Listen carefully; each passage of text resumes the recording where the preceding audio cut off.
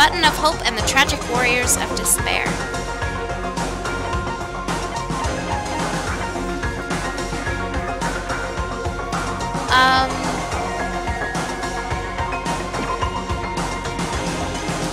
We'll go through that in a second. I was gonna say there's a few things, so I said I was gonna mention something from earlier. You remember when I maxed my own my own free time event? Do you remember Chiaki said, even when you guys get out of here, don't ever forget about me. So that was a reference that came very early on that you guys didn't notice. Well, she said, not when you guys, she said even when you get out of here, don't ever forget about me. Which is something you overlook when you first play because you know nothing about what happens. Bye, Biz! What else was I going to tell you about? I can't really remember, but maybe when I do I'll tell you. But I'm gonna read this, I guess, and then we'll play a little bit of Danganronpa, another episode, Absolute Despair Girls, and then I'll move on to other things like Persona 4 and maybe even Tales of Hearts R. So let's look at these brief character introductions, just in case those of you watching right now for some reason didn't get to catch the stream of the first game or don't know anything about it. So let's go ahead. Oh, good night, Bao. So, we got Naegi, which obviously you know who that is. Ultimate lucky student. He's a typical high school student with absolutely no remarkable talents or characteristics, but he's a cutie patootie, so who cares? He was randomly selected to attend Hope's Peak Academy from a pool of other unremarkable students. Then we've got Kiyotaka Ishimaru, I miss you! Ishimaru is our ultimate moral compass. He was head of the Public Morals Committee at his previous high school, a noted college prep school. He is extremely strict toward lazy people and anyone who makes fun of working hard. Yes, Absolute Despair Girls can be quite not safe for work. I will tell you that now. Tales of Farts are. Actually, King, yeah, I'm gonna say, because I played it at work one day, I know. Absolute Despair Girls, Danganronpa in general has sexual themes, but Absolute Despair Girls, yes, I would say not safe for work. If you're worried somebody's gonna come up behind you during a certain scene, I wouldn't. I wouldn't. Because there are certain scenes that are very suggestive that I don't want you to get in trouble for. So, just warning you. Byakuya Togami, our ultimate affluent progeny, a member of the family which controls the Togami Corporation, an international mega-conglomerate. That word. As the heir to the family business, he was harshly raised to prepare for his duties. Mondo Owada, ultimate biker gang leader. At one point, he led the biggest biker gang in Japan. He's a classic rebel with a heart of gold and has his own strong sense of justice. He also has an undying admiration for his older brother. Which their names are a play on words if you don't know. Diamondo. Diamond. All of these characters are really precious. If you don't know any of them, I do recommend playing the game for yourself or looking up the first Danganronpa. Just buy both of the games and play them both and just support the Danganronpa series in general. It'd be great. Leon Kuwata, the ultimate baseball star. Despite his refusal to practice, he has enough natural talent that pro baseball scouts have already started courting him. Even though he's kind of obnoxious, it's hard to hate him. Hifumi Yamada, ultimate fanfic creator. He's actually the ultimate doujin creator in Japanese, I think. But they changed it to fanfic, I guess. He has a certain charisma within the fanfiction industry and is very proud of the following he's cultivated. At a local school festival, he sold over 10,000 copies of his latest creation, a stunning achievement by any measure. Yasuhiro Hagakure, ultimate clairvoyant. He relies on his own intuition to form his predictions, resulting in an accuracy rate of about 1%. He's been held back a few times. Well, the good thing is, PlayStation TVs are very cheap, so if you ever wanted to save up for one, it is very, very achievable, assuming you have a job, but yeah. Just like the kid in Final Fantasy X that wants to be a blitzball. Yep, exactly. Sayaka Maizono, the ultimate idol. You can say pop sensation, it's just easier to say idol because that's what she is. She's the lead singer in a world-famous pop group. Though she's the darling of a generation, she's managed to maintain her sweet, down-to-earth nature. Kyoko Kirigiri is the ultimate question mark. She is, since we're playing Dangan Ronpa 2, she is the ultimate detective. She's the only student at the school whose ultimate talent is unknown, which is not true because we played through the first game. She carries an intense beauty, but her past and thoughts are shrouded in mystery. Aoi Asahina, the ultimate swimming pro. She's a natural-born athlete. Her main focus is swimming, but at her old school, she also competed in volleyball, track, and more. She has a smiling, enthusiastic nature that helps keep the others in high spirits. Very true. I'll see you later. Toko Fukawa! Great, she's one of my favorite characters. The ultimate writing prodigy. Despite her age, she's already a successful novelist. In actuality, she has a personality disorder that manifests itself as the serial killer personality known as Genocide Jack. Sakura Ogami, the ultimate martial artist. Her father taught her martial arts since she was a little girl, and now she's become the strongest human being on Earth. Celestia Rudenbarg, the ultimate gambler. Her petite Lolita appearance belies a haughty temperament and a sharp, caustic tongue. She's a master of deceit, and her face is utterly inscrutable. She is Japanese, in case you were wondering. Junko Enoshima, the ultimate fashionista. She's a charismatic model who has graced the covers of the most popular youth fashion magazines. However, her true identity is... Dun, dun, dun. Oh, another favorite of mine, Chihiro Fujisaki. She's very quiet, but has extraordinary talent when it comes to computers. And Bukuro Ikusaba, a combat specialist who has mastered handling various weapons. Ever since she was a child, she has had a special interest in mystery stories and is completely engrossed by them. So I'm gonna explain something, actually, in case those of you, again, that haven't either noticed for some reason, or if you haven't played the first game.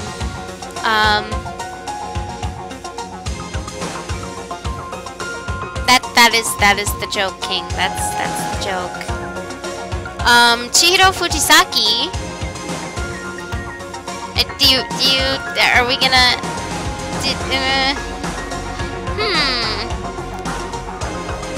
So you now know about Chiaki. Do you know about Chihiro, maybe? Shall I reveal it by picture, or did people figure it out, or? If I can find the picture.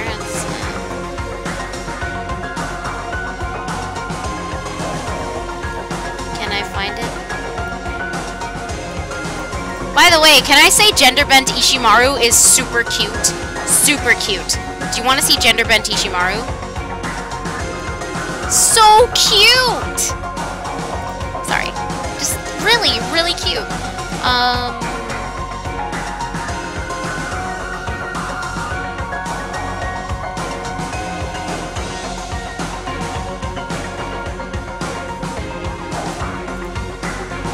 Here's the thing that's not related.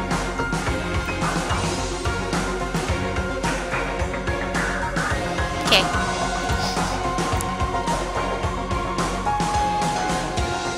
Save the spoilers for the game. What? But it's not going to come up in the game anymore because it's already kind of been addressed. I think it's in this folder. I have so many cute pictures of Hajime and Chiaki, and they're just really cute.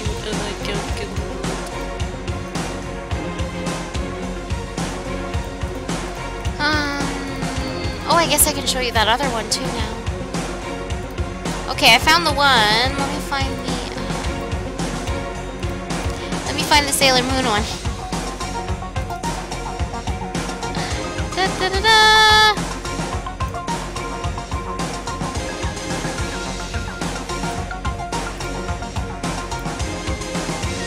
You want to see the pictures of Hajime and Chiaki? I have way too many. Way too many. By the way, King, can I just say you saying what you said kind of already gives away the spoiler? So there was no point in saying what you said. Saying I know Chihiro very well, so I know her actual gender. Yeah, what is she, a roll of cheese? Like, it's obvious what you said then. There's no point in posting stuff like that because it's already giving it away. I don't mind because it's already been covered, but there's really, literally no point in what you said to try and disguise it because you didn't really disguise it. Okay. Just saying. You want to see pictures? I don't want to show you all the pictures because it's a lot of pictures. Well, there's so many cute ones. I can think of two in particular maybe I can share with you. There's way too many cute. Oh no! This one has feels, are you sure? This one's like really, really... Oh god. That hurts. That hurts. I'm not gonna hold it up for long, because I want to get to the game as well, but if you do happen to see it, it hurts a lot.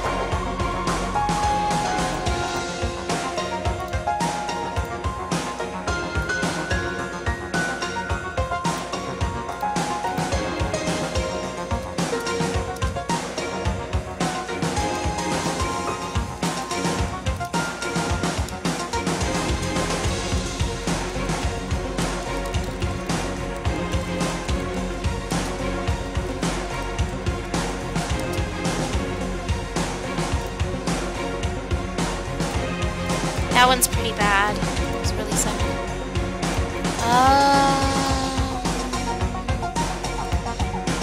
Ooh, I found the smaller version of the picture I want to show you, if I can find the bigger one now.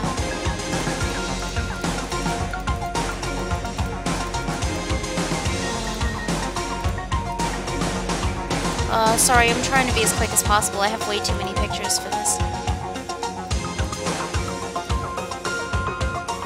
Can you link one?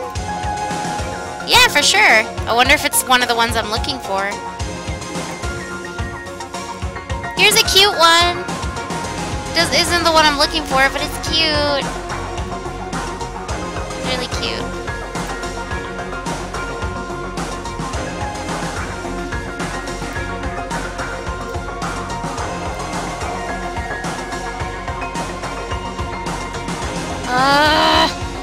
This is the one time that I'm like, why do I have so many pictures when I'm looking for one?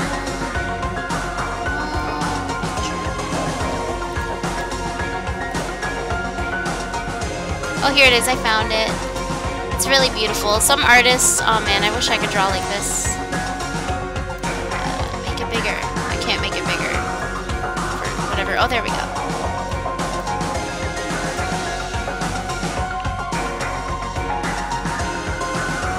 For sure, go for it. This one's very...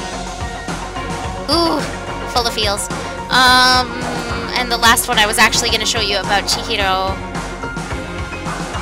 If you haven't figured it out, you will when I share this picture. A lot of people have come to this conclusion, so don't be surprised if you do know. But if you don't...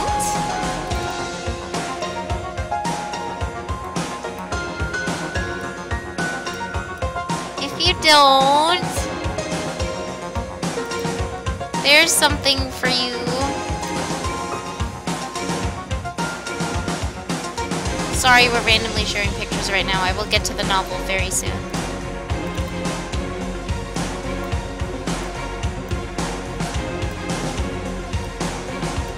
How cute is that? The answer is so cute. Here's the Sailor Scout. Look, everyone's sharing the pictures. Oh, pfft. Whoops!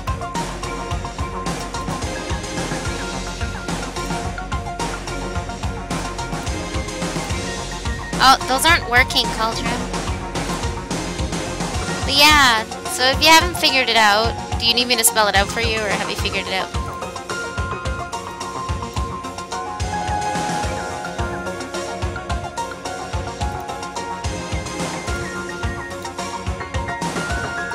Yeah, Jazz, that was kind of really interesting for a I love it! Oh my god, this is the best picture you could have shared with me ever. I love it so much. I'm gonna save it right now, just for whatever reason. I'm probably not gonna use it anywhere, but I love it so much. Look at them all. They're so beautiful. This is like the perfect crossover. Ah! Ah!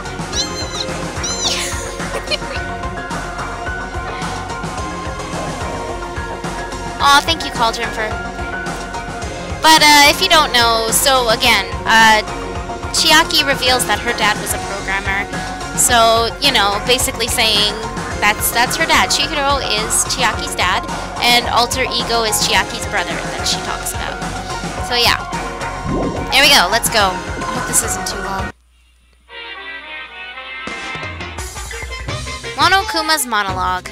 The world is full of ifs. If Adam hadn't tied the knot with Eve, society as we know it never would have been born. The world that everyone lives in is just one outcome among countless ifs, and will continue to be a muddled world, blah blah blah, overflowing with infinite ifs. If is what's in miso soup, you know. What lies beyond this point is a scary world filled with iffy stepfathers who abandon their families. A Klein bottle where the inside and the outside are filled with uncertainty. But don't break it, okay? It'd be so expensive that there's no way you'd ever be able to pay me back. But no matter how you look at it, IFs are simply worlds like any other. No matter how hypothetical the story may be, the future is the only thing that's truly foggy, and the past is more solid than a frozen banana. You can't change a conclusion that has already happened. Even if you see a world that may have existed, it wouldn't affect the people living in reality. Because if is only if, after all.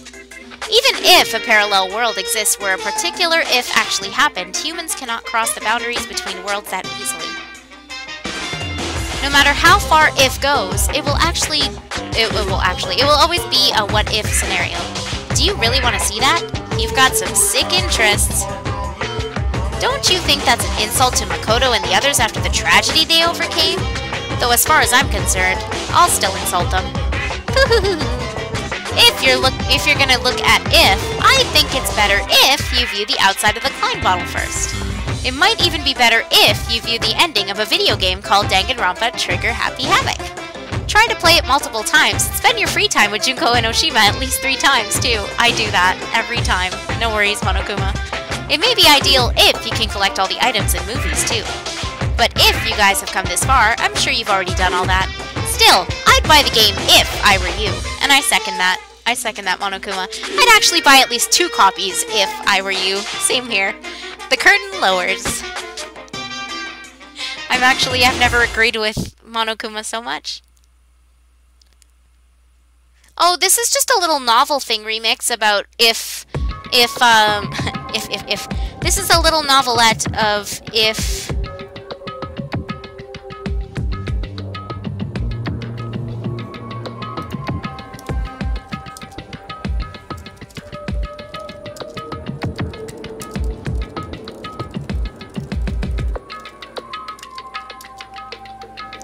Sorry, this is a little novelette of if, quote, Junko had survived that whole,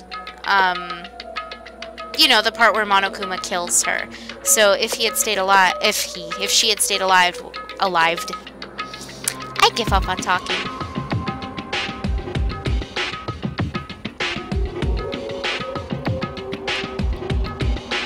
What should I do with this?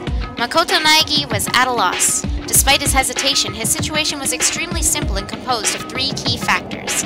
The first factor was that Makoto was currently locked inside a school. Hope's Peak Academy is a school for the privileged elite, and each student attending possesses ultimate talent. Makoto was chosen to attend Hope's Peak Academy by a lottery held to select the ultimate lucky student. When he arrived for his first day of school, he immediately lost consciousness, and when he woke up, he saw all the exits and windows had been sealed shut. Okay, in order to not confuse you, it's kind of like, because it's gonna get confusing. It's not actually Junko. When you first start Danganronpa, you meet a character named Junko Enoshima, who gets killed off. And you actually learn. I'm gonna spoil this, guys, by the way, because we've played the game. I played the first one on stream, I've played the second one, and now we're doing this, so there's major spoilers anyways. And I'm going into Absolute Despair Girls, which is more spoilers, so you're in spoiler territory. You find out that it's not actually Junko that died, it was her twin sister named Mukuro Ikusaba. As you saw, I just read her profile. So this is what would have happened if Mukuro Ikusaba, who was disguised as Junko, and we didn't learn that until the end of the game, this is what would have happened if she had lived instead of dying when she did. So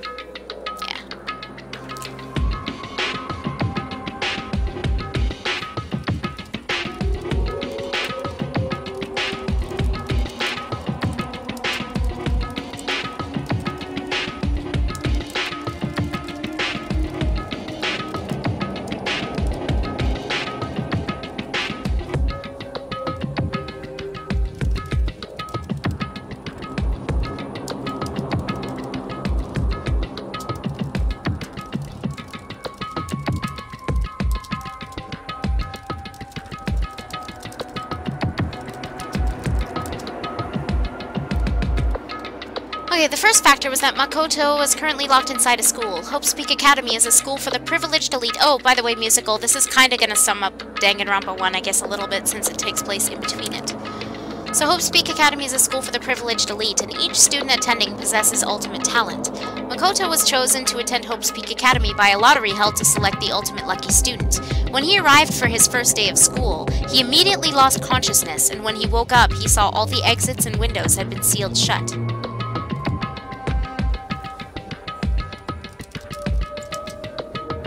The next factor was the next factor was Monokuma, a mysterious robot bear being operated by the mastermind, and the announcement he made to all the students.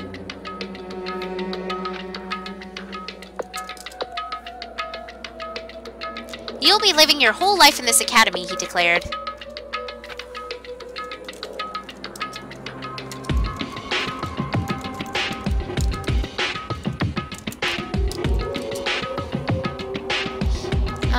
I keep getting distracted and I'm trying to read. You'll be living your whole life in this academy, he declared. If you want to leave, then kill someone and become the Blackened. This strange remote-controlled robot was telling Makoto and his fellow Ultimates to start killing each other in exchange for their freedom. This is story time with Chiaki, I just noticed. I feel like I'm holding a book open and reading it. Where was I? They learned that more than one Monokuma exists and that each one contains a bomb to prevent anyone from attacking them. On top of that, Monokuma announced that anyone who attempted to harm him would receive punishment. The third and final factor was the red button that Makoto was currently holding in his hand.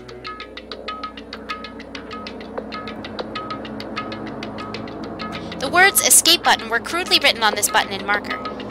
And though the first two factors were certainly causes for panic, Makoto only seemed at a loss over the third. During his free time, Makoto noticed that the school store was open, and his curiosity got the better of him. He was overwhelmed by the disjointed atmosphere upon entering, but his attention soon focused on a strange vending machine. The words Mono Mono Machine were written on it, and it seemed to accept the strange bear-patterned coins they seemed to sometimes find around the school. It seemed like a bad idea, but Makoto thought there might be a chance that this machine could dispense some way of escaping the school. You silly. That's so delusional, Makoto. But I guess, you know, what's he gonna do? And so he inserted the only coin he had into the coin slot, and the result was the escape button mentioned earlier. There's a limit to how much you can tease us. Maybe the mastermind who trapped us in here is making a cruel joke. These thoughts filled Makoto's mind, and he began to feel deeply discouraged. However...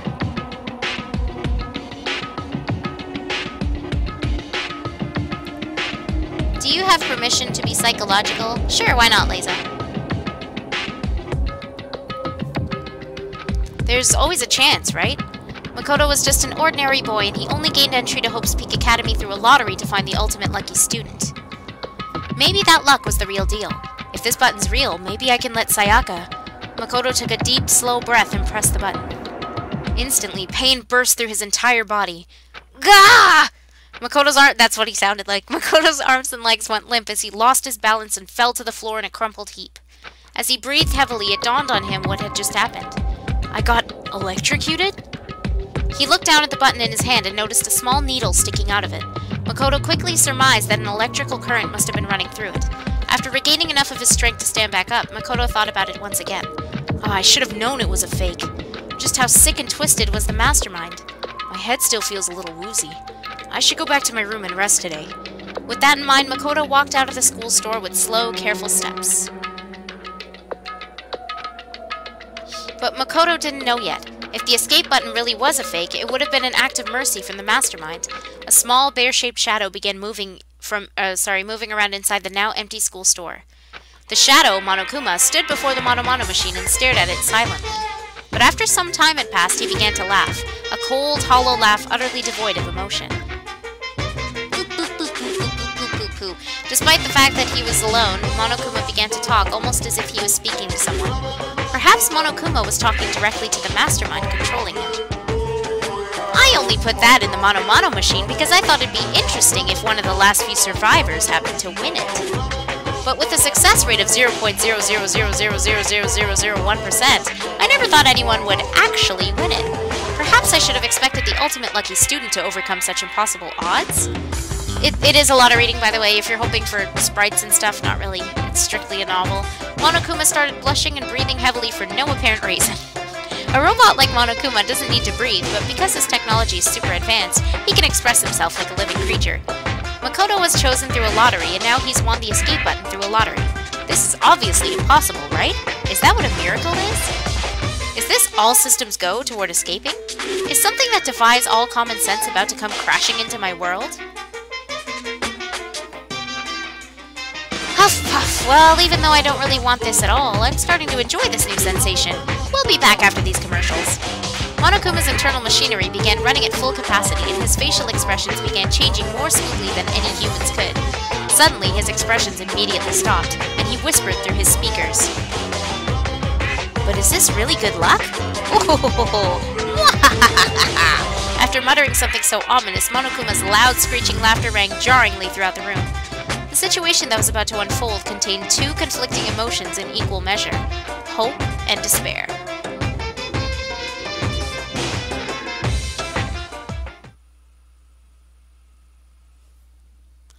The next day, nighttime. Student dormitory, Makoto's room. Makoto Naegi lay on his bed, desperately struggling with the despair and hope churning within him. Monokuma had forced the students to each watch a DVD earlier that day.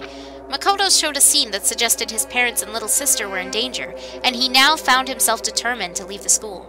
It seems the other students were forced to watch shocking videos of their own. Videos so shocking that they were now determined to escape the school too, even if it meant sacrificing someone to do it. However, it was obvious that these videos were part of Monokuma's trap. As long as a student killed someone, they were allowed to graduate and leave the academy. It seemed that the mastermind controlling Monokuma was hell-bent, on making the students kill each other. But right now, Makoto was most worried about Sayaka Maizono, who seemed to be incredibly distressed after watching her DVD.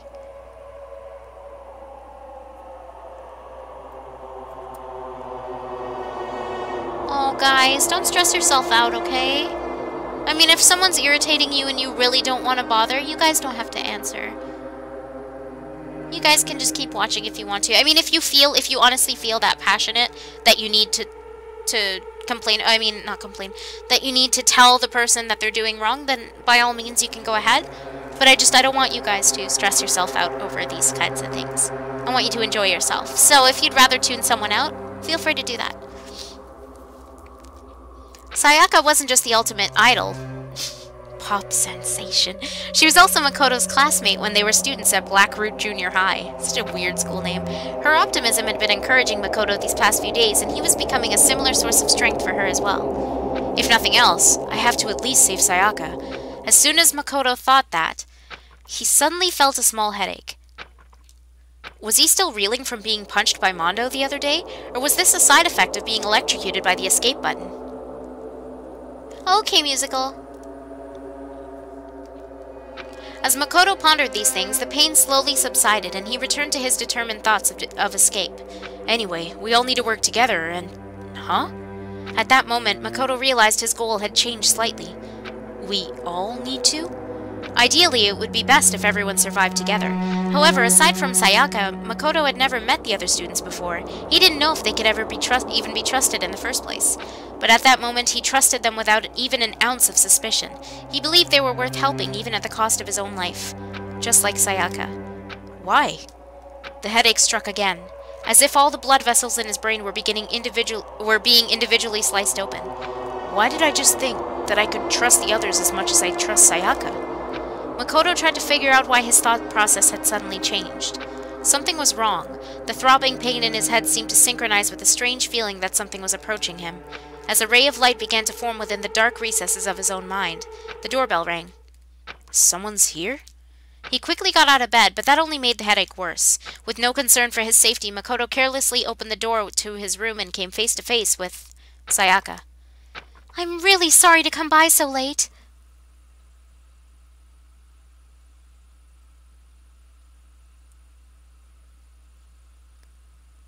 My God, you're pointing out the obvious. Thank you for pointing out the obvious that we said get bent in reference to Kanji Tatsumi from P4, because it's not like we've all played Persona 4 before.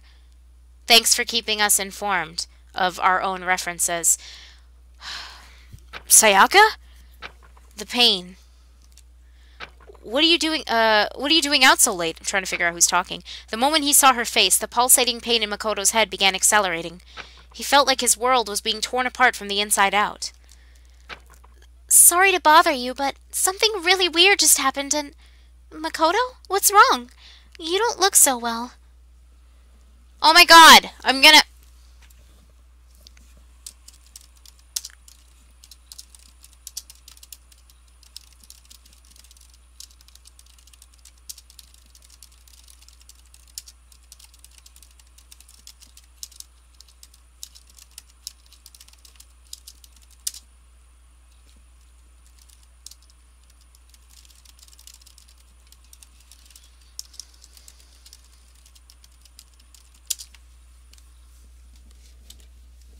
Sayaka was pale and had been trembling when she came to Makoto's room, but she seemed surprised to see that his complexion was worse than her own.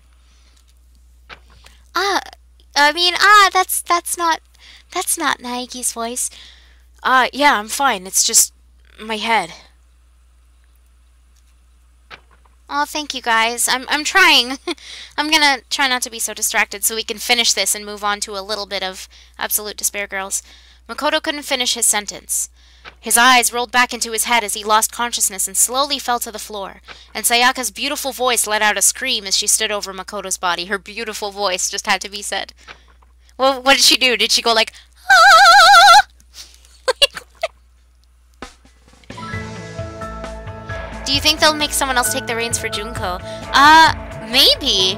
I really don't know what direction they're gonna go with the game. I'm just really excited to see what direction they go with. But that's a good question, Remix. So we're in the nurse's office.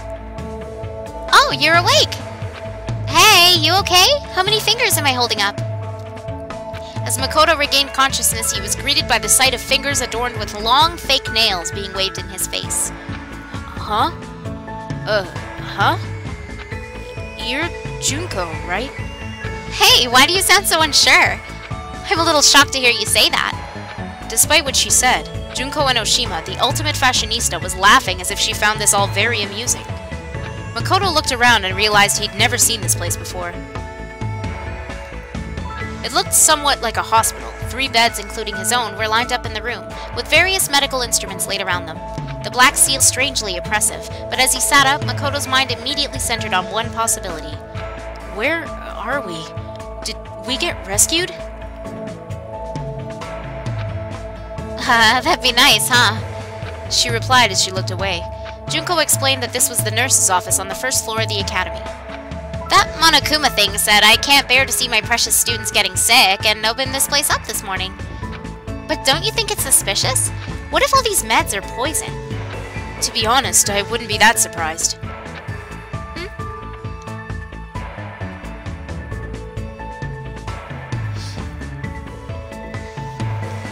Makoto remembered his encounter with the escape button and let out a small sigh.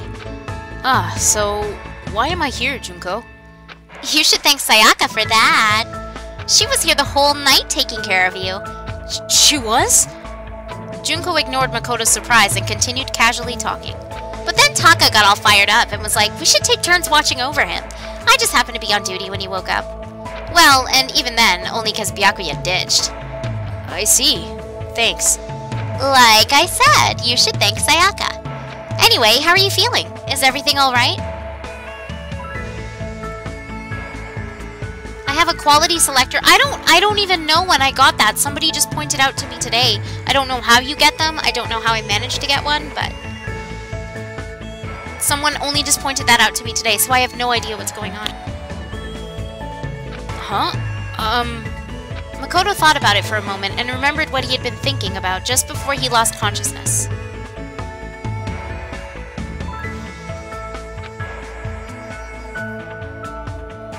This is kind of weird, but actually, it's a really weird... I don't know who's talking. Actually, it's a really weird question, but what's up? Oh, what's up? Junko, we've never met each other before, right?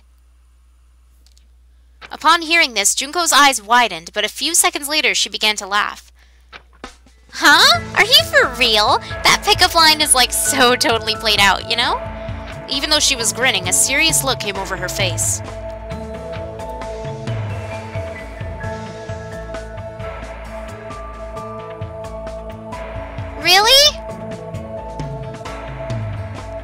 You must be the top streamer for... I was the top streamer for Dangan Ronpa too? Yay! Woohoo! That makes me happy. Just so you know, you shouldn't expect anything like that from me. I know I look this way, but I take my virtue pretty seriously. No, I mean, I never expected... Well, that's what I figured. It's obvious that you're a total Omega male anyway. Makoto and Junko continued to talk to one another. Although he wondered why Junko was talking to him instead of leaving to get the others, Makoto didn't question it. He just wanted to talk to someone. Anyone. As long as he interacted with his fellow students, he believed he would learn the truth about what was going on inside his head. 10 minutes later.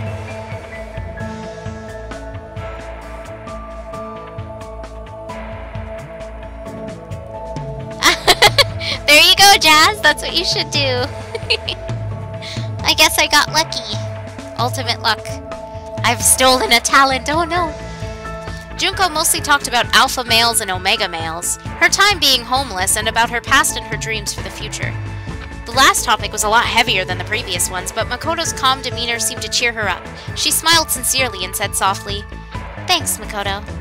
Maybe it was a sign of gratitude for listening to her troubles, but she kept that same smile as she blurted out something horrifying. "In return, I promise that if I do decide to kill someone, it won't be you." Don't say scary stuff like that.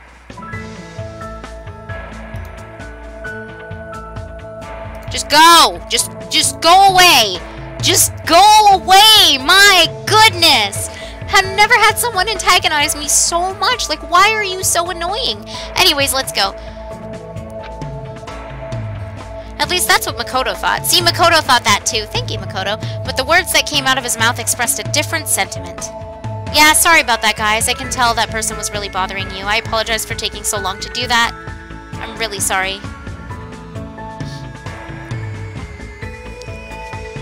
Sorry.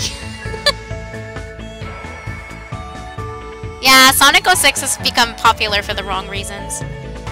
Sorry, at least that's what Makoto thought, but the words that came out of his mouth expressed a different sentiment. I see. Thanks. But I wouldn't want you to become the Blackened in the first place. For some reason, Makoto felt like the murderous words that came out of Junko's mouth seemed like a natural thing for her to say. She seemed very surprised by Makoto's response and quickly blurted out, "Huh? Are you serious? I was just kidding!" Huh? Yeah, of course. Sorry for acting so weird. No worries, let's just chalk this up to you being woozy from your recovery. Oh my god. Superman 64 and E.T. Oh my god. I just saw those on somebody's video. They did like a top 10. I don't really want to drop names, but they're awesome. She returned to her usual bubbly self, let out a big stretch, and turned to Makoto.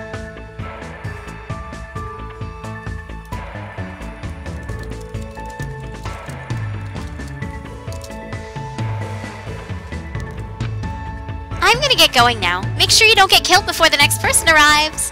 After seeing her off, Makoto laid back down in the bed and started thinking to himself. Ooh, dark dreams don't die. Indeed, the creators of game. What is it called? What is it called? Deadly Premonition, there we go. What is this strange feeling?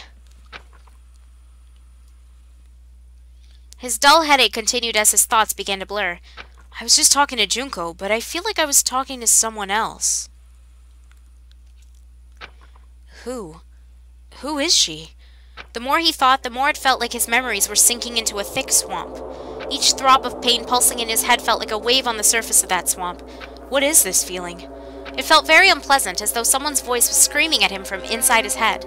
Makoto tried to organize his thoughts and go over everything that had happened to him. But he was interrupted by the sound of a bell. Sweary, yeah, sweary.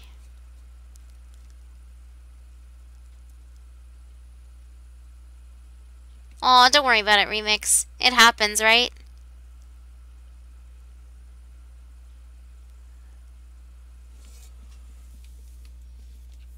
Unlike the dorm rooms, the nurse's office didn't have a doorbell. I want to ask something. If they're repeating stuff that we already know from the first game that doesn't include quote Junko. Do you guys mind if I skip those bits? I noticed they're describing some things, not here, but when they were describing, like, oh, Sayaka came to visit, it was kind of like, I'll see. I guess I'll skim through and try and see what's important and what isn't, but I think from now on it should be good. Unlike the dorm rooms, the nurse's office didn't have a doorbell. The bell sound that Makoto heard was ringing throughout the entire building. Ahem! Ahem! Testing! Testing! Mic check 1, 2! This is a test of the school broadcast system. It was Monokuma's voice. Now that Makoto has finally woken up, please assemble at the gym. Makoto listened to Monokuma's heartless order and got out of bed without complaining. I have to go. Okay, Shepard. He walked one step at a time in accordance with the rhythm of his throbbing headache. Slowly, slowly, he walked forward. Yeah, I'll see. I feel like from now on it's going to be important, but if I notice things they're repeating aren't too important, I'll skip over that. Not knowing if he was headed for heaven and hell, by the way. Oh. Makoto, are you alright? Sayaka ran over to Makoto as soon as he entered the gym. Yeah, thanks. Sorry about yesterday. I guess I really worried you. Please, don't apologize. I'm sorry too. I barged into your room when you weren't feeling well. Now that you mention it, said Makoto, what happened yesterday? Sayaka looked away for a brief moment, but immediately turned back, smiled her pop sensation smile, and shook her head. It's nothing. I'll tell you some other time. Huh? While they were talking, Kiyotake Ishimaru, the ultimate moral compass, stepped forward, pointing an accusatory finger at Makoto. You're late, Makoto! Explain why you were tardy! The other students collectively raised their eyebrows as if they were thinking, why is this guy yelling at someone who is sick? However, Makoto just smiled gently and answered him honestly. I didn't feel well, so I was resting in the nurse's office. Can you note that in the daily logbook? I see! That's consistent with my information. If that's the case, then I shall consider this matter settled. The conversation progressed smoothly, and Taka smiled as he kept talking. I'll take full responsibility for recording it. You just focus on recovering. If you ever feel ill, please report to the health committee. I know, it is pretty weird, isn't it? This is called, Dangan Ronpa If. It's about, well, you'll find out shortly, I think, what it's about. I hope, shortly. It seems we'll need to appoint health committee members after this meeting, though. Good to know that Taka's got his priorities straight. Taka walked away, mumbling to himself as he opened a daily logbook he found in the Academy's supply room. Celestia Ludenberg, the ultimate gambler, saw the whole conversation and walked up to Makoto. Despite his unreasonable behavior, you knew exactly what to say to him. Huh? As soon as Celeste said that, it dawned on Makoto. It's true that he didn't feel well and that he had been resting in the nurse's office, but when Taka asked him why he was late, even though he should have already known the reason, Makoto didn't feel annoyed or disappointed at all. It was as if he expected Taka to say that. Makoto felt strange that he had accepted Taka's personality so quickly. He couldn't understand why he asked Taka to do something as unnecessary as recording it in the daily logbook in the first place. Why did I say that? It's like I was used to it. What do you mean, you're ultimate tardy? His response to Taka's demands came as naturally to him as breathing. Why? Why? Why? Every time he tried to think about it, his headache grew even worse. As Makoto struggled to think through the pain of his headaches. Oh, a black and white stuffed animal jumped out from behind the gym's podium and began twirling around as it spoke in a cheerful voice. Hey guys! Is everyone here? He sounded like he was about to lead the students on a field trip, but not a single one of them had a smile on their faces. What is it this time? Are we going to hijack a cruise ship and run into a gigantic worm? Of course, there was one exception. Yasuhiro Hagakure, the ultimate clairvoyant, still believed that their current situation was some kind of planned event. I don't know why I went to say previous. Monokuma just ignored him and continued to address the students with his adorable voice. Today, I'm going to tell you about our wonderful academy system. System sure sounds like a great word, don't you think? Hey, Boitano. It reeks of danger, just like a bear. I want you all to trample over the deaths of your friends and grow up to have hardened hearts. It's good to be a little naughty. I want you all to grow poisonous personalities.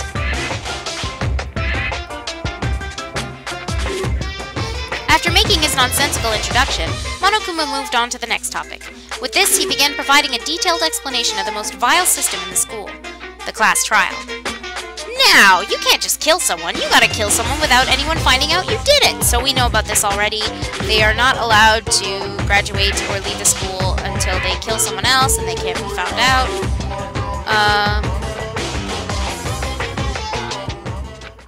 Let me see. Wait, Monokuma continued explaining the class trial until... Wait, hold on a second! As Monokuma began to explain the executions that would serve as punishment, one girl stepped forward. Junko? As soon as he saw how angry she was, the rhythm of Makoto's headache began to change slightly. You're freaking insane, you know that? The girl continued to complain angrily. She seemed completely different from the smiling person Makoto saw in the nurse's office. Huh? Was Junko always like that? No, she's different. That's how Junko acts, but... Is that person really Junko? Huh? Wait, what am I thinking? As Makoto struggled with his headache and confusion, Monokuma and the girl continued to argue. What? Are you saying you're not going to participate in the trial? Only punishment awaits such blasphemy. What? Punishment? I might, I don't know, throw you in a deep, dark, scary prison or something. Different. The strange feeling he felt was now directed at Monokuma. Prison? No, they aren't that kind. A series of images flashed in Makoto's mind, and at first he thought it was some kind of parade. But he quickly realized that was a mistake.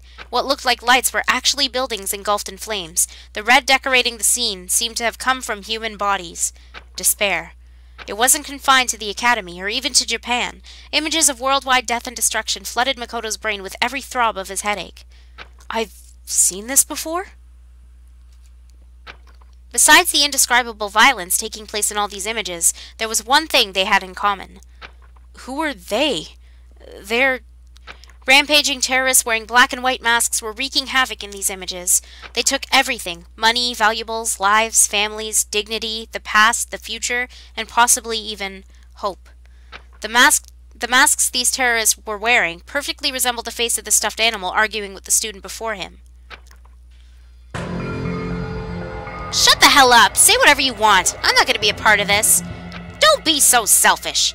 You're the one being selfish. Kill whoever you want. It's got nothing to do with me. The evil standing here before... I don't know who's talking. The evil standing here before me. I'm trembling with fear. I'm going to assume it's Monokuma. But I won't give in to such evil. It's my style to stick it out and resist till the very end. If you really want to get out of here, you'll have to go through me first.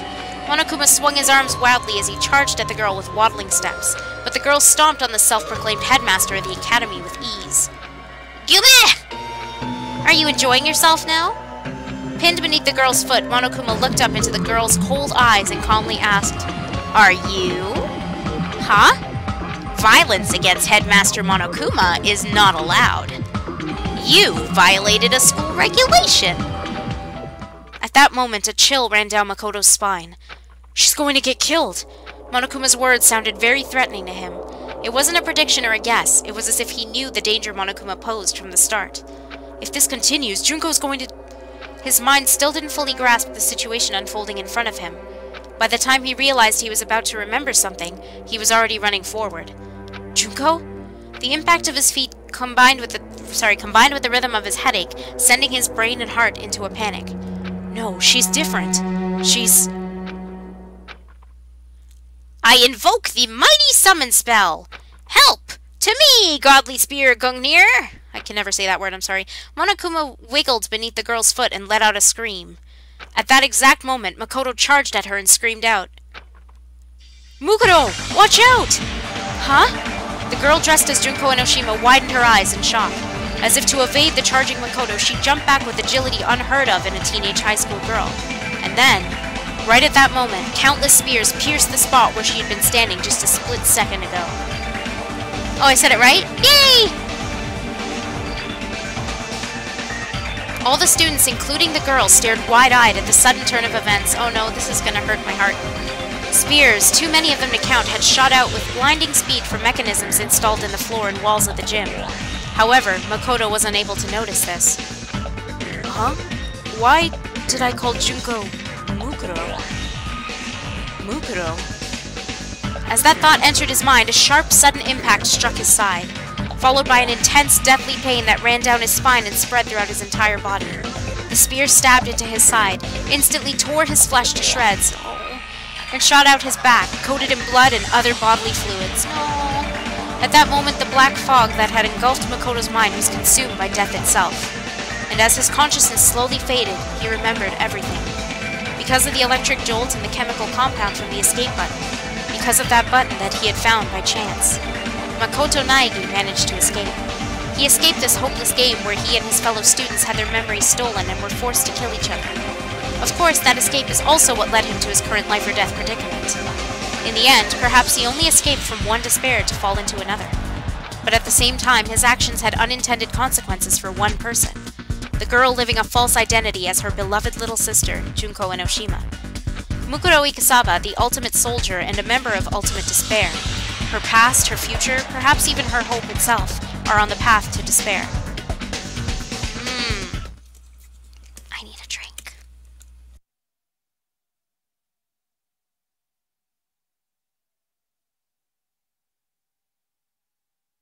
Ah, good. And so the curtain falls on Makoto's story for now. From this point, this story is about a certain girl. A girl who's more pitiful than anyone else in this sealed-off academy. Oh, thank you, Jazz. I'm going to be streaming a little bit of, Dangan, Ronpa, another episode, Absolute Despair Girls, and then I'll be playing some Persona 4 and maybe some Tales of Hearts R and stuff, but... A new curtain along with new despair shall now rise. Huh? Time had certainly stopped for Mukuro Ikasaba. It was as if everything around her had frozen perfectly still. In the past, she was known as the ultimate soldier. She'd experienced this feeling before during her time with the mercenary group Fenrir. Oh, my voice is okay, it's just, I'll get a little bit raspy. I just need to, I think, drink some more stuff, so I might have to grab a drink after this, but... In situations where she was, thank you for asking, by the way, if I didn't say that already. In situations where she was surrounded by a hopeless number of enemies within the jungle or in a desert ruin, the charging enemies seemed as though they were frozen in time, which allowed her to claim a decisive victory in all her battles. But this wasn't a battlefield, so why did this familiar sensation activate once again? In order to understand what had happened, Mukuro slowly tried to assess the current situation from within this frozen world. Junko and Mukuro are both children of despair, but Junko Enoshima, the true ultimate despair, harbors a far deeper darkness within her. Though their last names are different, Mukuro is Junko's older sister, connected by the bonds of blood. She cooperated with Junko's hopeless plan and impersonated her under the pretense of participating in the killing game alongside her classmates. According to the plan, Mukuro was supposed to oppose Monokuma, who her sister was controlling, and be locked in a dungeon as punishment. Isolated from the others, she would then escape the dungeon and perform various acts intended to deprive the students of hope. That was the role she had been assigned. When Makoto succumbed to his headache, Junko ordered her to see if the shock had caused him to remember anything that could make him a liability. He woke up as she was tending to him, so she made small talk with him, but she didn't notice any change in his behavior. Until this point, she was certain that there shouldn't be any problems. Nothing could possibly go wrong.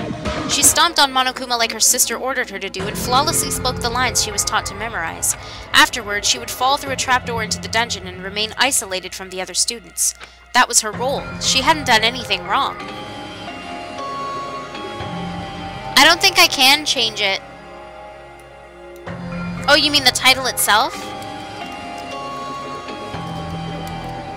I'll try it. I might have to log in. Oh, it saved? It said it saved. Okay. Thanks, by the way, Remix. That was a good idea. There were no problems. There were no problems. She repeated that to herself over and over like a silent prayer. But in that frozen moment in time, what she saw was not a trapdoor, but countless spears. One of them had skewered Makoto through his side. Why? Makoto? Why are there spears? Gungnir? I would have died if I hadn't moved. Did Junko mess up the plan? No, Junko would never mess up. Was she trying to kill me? Me? Makoto saved me? Why? Why did he say my name? Did his memories come back? Did I not realize that? Did I make a mistake? Do I have either of the Persona 4 Arena games? I have the first one. I could possibly download the second one, but I don't really play them. I'm not very good at those kinds of games. I mean, I've played the first one, but... Is that why Junko got angry? Is this punishment? Is it my fault? Junko tried to kill me. Kill me. Kill me. Kill me. Slowly, time came back to her world. Mukuro could feel her face turning pale as she slowly looked toward Makoto. The students' screams rang throughout the gym. Sayaka was probably the first one to scream. But who screamed first didn't matter to Mukuro. Makoto. Why? Makoto was the ultimate lucky student. He had been her classmate for the past 2 years, and now he was a sacrifice to despair. Not long ago, he had given her an answer of sorts during their conversation in the nurse's office. He was just a pawn in the plan of her sister had devised. I'm adding words, I'm sorry. But now a feeling of doubt began forming in Mukuro's mind. What did I want from Makoto? As her heart churned restlessly, she continued to think. In return, I promise that if I do decide to kill someone, it won't be you. Was I impersonating Junko then? Or did I really mean that? When did I start feeling this doubt? Just now, the moment he saved me? Or when we spoke in the nurse's office earlier? Or when I first confronted him about this killing game before his memories returned? Or was it before even that? Mukuro stood there, confused and overwhelmed, as Makoto slowly opened his eyes, the spear still impaling him through his side. Mukuro? Makoto! Are you okay? Mukuro was no longer impersonating the ultimate fashionista. Looking up from the floor of the gym, Makoto asked, Why are you dressed up like Junko? He was smiling. Maybe he couldn't feel the pain anymore, or maybe he was being affected by something else. But regardless, Makoto ignored the fact that he was dying just to give Mukuro his warm smile. Oh. I'm glad you're safe, Mukuro. As soon as she heard Makoto's weak, fading voice, something inside Mukuro snapped. From within the shell of despair she had built up, an intense emotion began flowing out. No, this is all wrong. She couldn't hold back that emotion any longer. No. No! And for the first time in her entire life, Mukuro unleashed a scream into the world. As Mukuro fell to her knees and clutched her head, a small shadow started walking toward her back. The stuffed animal that had been under her foot. Monokuma. His claws were extended, and he was no longer walking with his usual waddle. Instead, he moved like a beast, silently stalking its prey as he slowly advanced within his target's blind spot. As he inched closer to Mukuro, Monokuma raised his razor-sharp claws, crouched on his haunches, and suddenly leapt toward the back of her neck. However, just before those claws could reach the paralyzed Mukuro, a dark shadow moved in from the side and swatted those claws away with one blow. His lunge deflected, Monokuma was sent flying through the air, spinning wildly before crashing into the wall. Damn you! What are you trying to do? Sakura Ogami, the ultimate martial artist, had just prevented another tragedy. Tragedy. She stood before... I'm getting tired, I think. She stood before Monokuma and addressed him in a loud, booming voice. Not only did you attempt to kill Junko for violating school regulations, you even attacked Makoto, who had nothing to do with this. If you plan to continue acting in such a savage manner, there is no reason for us to play along with your game. Byakuya Togami, the ultimate affluent progeny, smirked condescendingly at Sakura. Fool. One could say you've now violated school regulations with your senseless actions. He looked as if he honestly did not care if his fellow students lived or died at all. Well, she merely deflected the headmaster's attack just now, so I do not think it truly counts as an act of violence. Like Byakuya, Celeste seemed unfazed as she chided him over his words. Oh, that was Celeste, sorry. Tragedy! No! Why would you look it up? However, the banter between the two was enough to stir the stunned students to action. Makoto! Sayaka was the first one to run toward Makoto, who lay bleeding from his stomach. But Monokuma stopped her, shouting in a tone of voice that seemed completely out of character. Be careful! Don't get too close to those two! Huh? Startled by Monokuma's desperate tone, Sayaka and the others stopped moving almost instinctively. The students looked around at each other instead of his usual playful gait. Monokuma walked toward them with deliberate, methodical steps, and then he suddenly blurted out something that took everyone, including Mukuro Ikusaba, by surprise. I'm sure you're probably confused by this sudden turn of events, but I want you